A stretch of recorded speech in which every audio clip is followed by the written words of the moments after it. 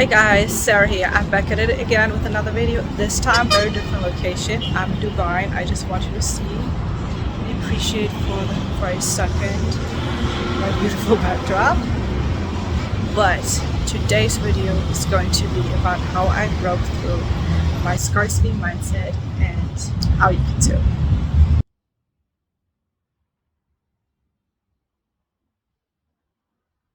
So once you really start shifting your mindset, some changes you're gonna see instantly and others are gonna take longer, but hey, most important thing is to start. Okay, so maybe you can relate to these situations. Maybe you're flat out broke right now as you listen to me, or maybe you currently are doing well but you have this anxiety of not doing well anymore and you feel like it's almost too good to be true. And your life is always kind of going in with cycles where you do well and then you don't do well anymore, or you try to make extra money, you make it work for a while and you always end up losing it. So I don't know if you sure maybe you can relate to at least one of the scenarios or maybe to all of them. For me it was really all of them. And in order to explain you why I had this mindset and how I broke out of this, I have to really go back and tell you a bit of how it worked, because I do have money. I grew up with a struggling single mom, and I went to many schools throughout my life, but as a young teen, for several years I went to the school. It was pretty much the best school in town. It was in a nice neighborhood and had all the rich kids from the fancy neighborhoods. And to explain you this, if you're listening, if you're from America, I'm aware that there's such a thing as like school district. Other countries don't have that. Germany doesn't have that. Your grades determine the school that you're going to. So after elementary school, which again, like it's completely different. You don't have like high school, middle school. Like you go through you select your school basically after elementary school. So you start with 5th grade, go all the way to the end. And again, this is all determined by your grades. So I was a smart kid. So I was kind of poor, but I was a smart kid, so I ended up in the best school. And yes, even though I just explained to you how I ended up there, if you now say, okay, but why were all the rich kids there? Because again, you understand a little bit about sociology, you know that, if you come from money, you're just much more likely to do well in school. And if you're poor, statistically, you don't do well in school. It's just what it is. It's sad, but but still in like countries like Germany, you have the opportunity to still go to the best school if you're smart. That's what happened to me. But why am I telling you this? I'm telling you this because I was basically, living in this working class neighborhood with my struggling single mom and in a small apartment. And, here I was going to school with the rich kids. And whenever I went to their houses, well, first of all, they all lived in houses, not apartments, and, they lived in the best neighborhoods of the city. Really beautiful houses. Some of them had pools. And I mean, just imagine how that feels and how that makes you feel as a child. So it made me feel really bad. I felt really poor. I never wanted to bring anyone home, and this really impacted me. And of course, on the other side, I mean, there was just one experience growing up, but on the other side, again, I had my I'm living with my struggling mom that is a single mom, and she used to, there was always money drama, and I used to always hear phrases such as, we can't afford this, we can't do this, blah, blah, blah. You can imagine where I'm going here, but basically, a lot of your beliefs come really from how you grow up and what you experience when you were young, and that's all getting ingrained into your subconscious mind, and you aren't even aware of all the stuff that you have sitting there, So I always associated money with lack, and that there's not enough for everyone, and that other people are lucky and other people can have things, but I can't. So what started happening is, because I was very into spirituality and manifestation, at the on one hand, I did believe that I could create my own reality and that I could manifest all these things.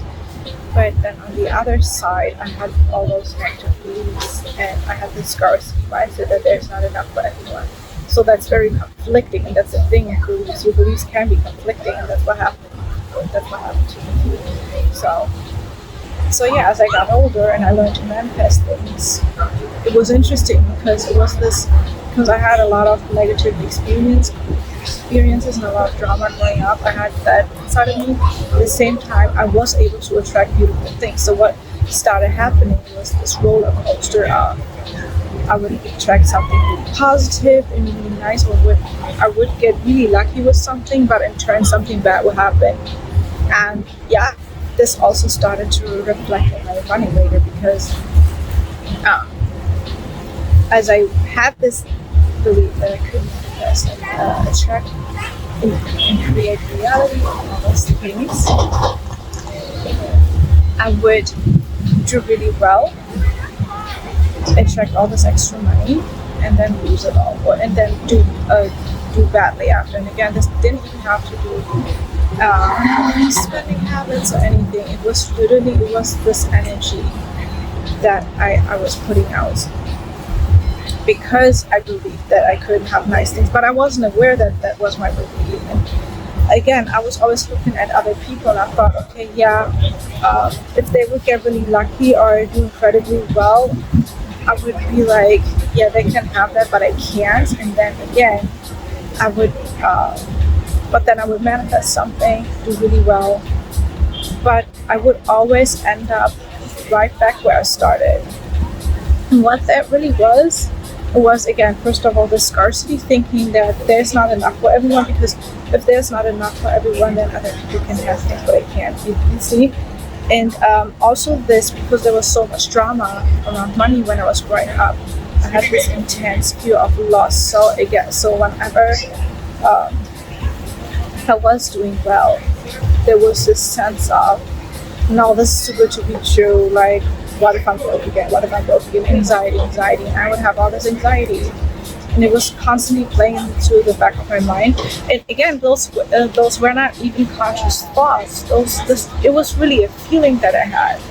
Whenever I was doing well, it was this weird feeling like, no, now something bad's gonna happen. And that's exactly what happened. Or I would either just not do well, or some stuff would come up where I had to spend a lot of extra money.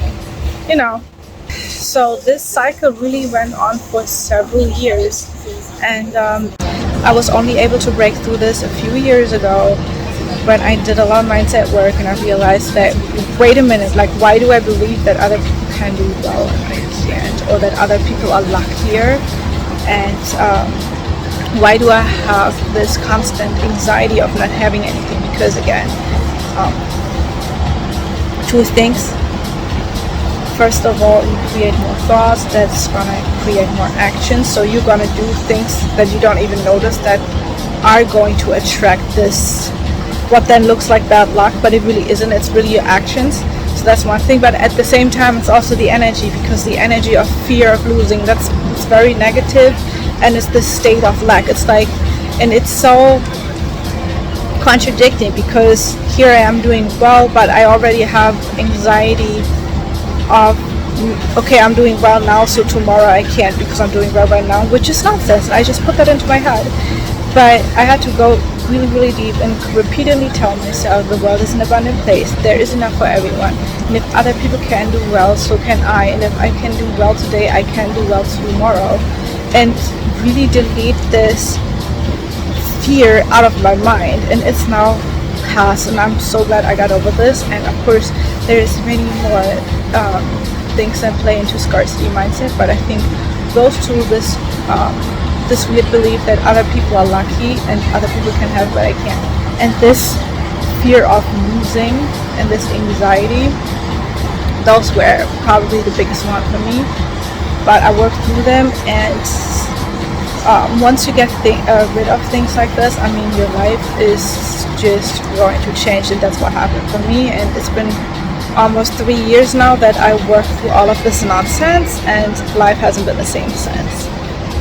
And hey, I'm a work in progress, of course, but trust me, at least, you know, I started the journey, and I'm at a very different place in life than I was a few years ago, and that is only because I worked through this.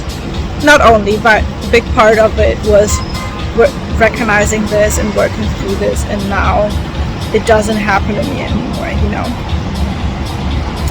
Okay guys, hope this was helpful, and comment below what you're thinking and what you're currently doing, what your mindset, and I'll see you in the next video.